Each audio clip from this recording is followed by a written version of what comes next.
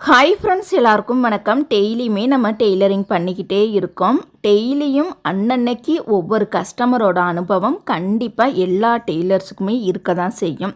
அதிலிருந்து ஒரு சில கஸ்டமரோட பதிவை தான் இப்போ நான் உங்கள் கூட ஷேர் பண்ணிக்க போகிறேன். ரொம்ப நாளைக்கு முன்னாடி ஒரு கஸ்டமர் பார்த்தீங்கன்னா நம்ம கிட்ட ப்ளவுஸ் தைக்கிறதுக்கு வந்திருந்தாங்க. அவங்க புது கஸ்டமர் தான், பழசெல்லாம் கிடையாது, ரெகுலர் கஸ்டமரும் கிடையாது. அவங்க ஒரு அளவு ப்ளவுஸை கொடுத்துட்டு இதில் இருக்க டிசைனை அப்படியே வச்சுருங்க அப்படின்னு சொல்லி கொடுத்துருந்தாங்க. அப்போ உடம்பு மட்டும் லூஸ் வச்சுருங்க, கை இறக்கி வைங்க, இதே பப் கை வேணும், இதே பாசி வேணும், இதே கழுத்து மாடலே வேணும்னு சொல்லியிருந்தாங்க. அப்போ நான் சொல்லியிருந்தேன் அந்த கழுத்தில் என்ன டிசைன் இருந்ததுன்னு பார்த்தீங்கன்னா முக்கோணம் தான் வச்சுருந்தாங்க. அந்த முக்கோண டிசைன் 30 வருஷத்துக்கு முன்னாடி இருந்த டிசைனை தான் இப்போயும் கேட்டிருந்தாங்க. இந்த முக்கோண டிசைனுக்கு பதிலாக நான் வேறு டிசைன் வச்சிடுறேன், ஆனால் இதில் இருக்கக்கூடிய சேம் டிசைனே வச்சிடுறேன் அப்படின்னு சொல்லி நானுமே தச்சு கொடுத்துட்டேன். அதுக்கப்புறமா அந்த கஸ்டமருக்கு இன்ஃபார்ம் பண்ணியிருந்தேன், உங்கள் ப்ளவுஸோட ரேட்டு 650 ரூபா, சேரீயை ஓரடித்ததுக்கு 20 ரூபா, 670 ரூபா வருது, 20 ரூபா லெஸ் பண்ணிவிட்டு, 20 ரூபா குறைக்கக்கூடாது, இருந்தாலுமே 20 ரூபாயை லெஸ் பண்ணிவிட்டு 650 ரூபாயாக கொடுங்க அப்படின்னு சொல்லியிருந்தேன்.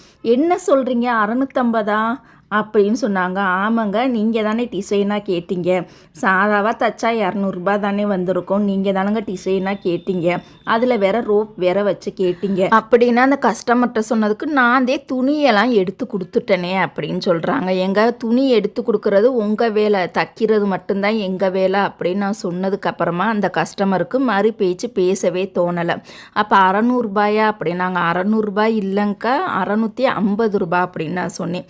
சரி வைங்க அப்படின்னு சொல்லிட்டு வச்சுட்டாங்க. இப்போ உதாரணத்துக்கு நம்ம ஒரு ஓட்டு வீட்டில் இருக்கோம் அப்படின்னா மாளிகை வீடு கட்டுறதுக்கு நம்ம ஆசைப்படுறோம். அப்போ மாளிகை வீடு கட்டணும் அப்படின்னா அதுக்கு நிறையா பொருட்கள் தேவைப்படும், நிறையா பணம் தேவைப்படும். நம்ம ஆசைப்பட்ட மாதிரி வீடு நச்சுன்னு அமையணும்னா நல்ல ஒரு கொத்தனாராக பார்த்து நம்ம விருப்பத்துக்கு ஏற்ற மாதிரி கட்டணும், ஓகேங்களா? பொருட்கள் மட்டும் வாங்கி கொடுத்தாச்சா அப்படின்னா அந்த கொத்தனாருக்கு கூலி கொடுத்தாதானே அவன் அழகான வீடாக கட்டி தருவாங்க. அழகான வீடு கட்டி கொடுக்கணும் அப்படின்னா அவங்களுக்கு கூலி காசு கொடுத்தா தானே அவங்க கட்டி தருவாங்க. கூலியே கொடுக்காம பொருள் மட்டும் வாங்கி கொடுத்தா எந்த கொத்தனார்கள் வீடு கட்டி தருவாங்க? யோசிங்க கஸ்டமரே, என்ன கஸ்டமர் இப்படி பண்ணுறீங்க? சத்தியமாக இவங்களை புரிய வைக்கவே முடியலைங்க.